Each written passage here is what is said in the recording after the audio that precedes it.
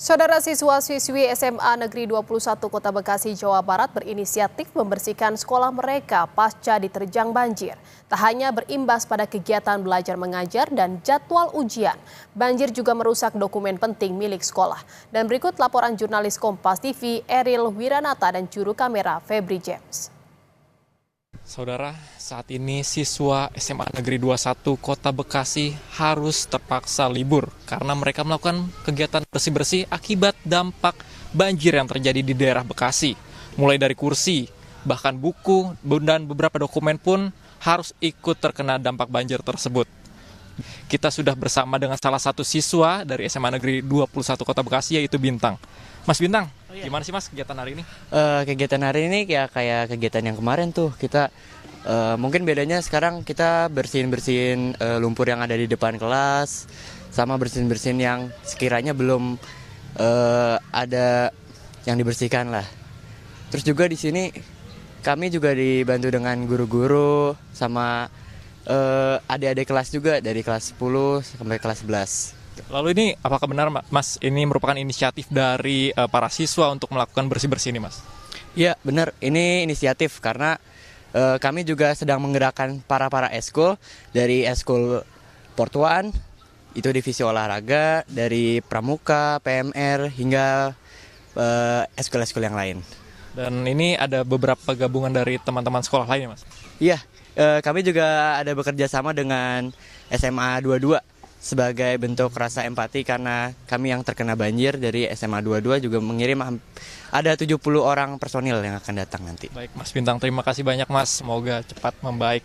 Ya saudara, selain itu juga tidak hanya kegiatan saja, melainkan dokumen-dokumen sekolah pun ikut terkena dampak banjir yang memang ini salah satu daerah yang cukup parah di daerah Bekasi. Dan mungkin bisa saya tanyakan kepada salah satu guru bagaimana dari kondisi sekolah lalu dokumen-dokumen. Halo Ibu Ima.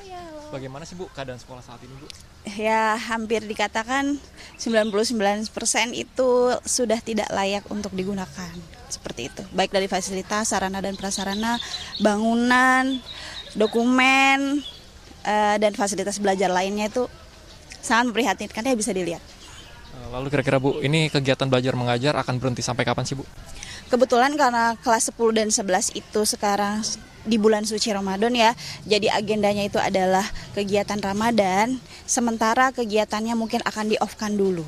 Ya, nah yang jadi masalah ini adalah kegiatan kelas 12 yang seharusnya hari Senin itu melaksanakan ujian akhir PSAJ.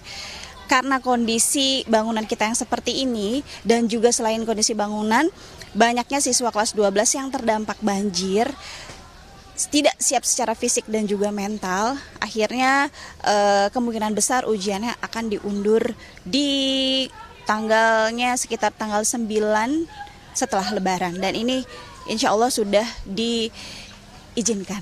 Gitu. Lalu kemungkinan untuk dokumen-dokumen Bu yang tidak terselamatkan ini seperti apa nantinya?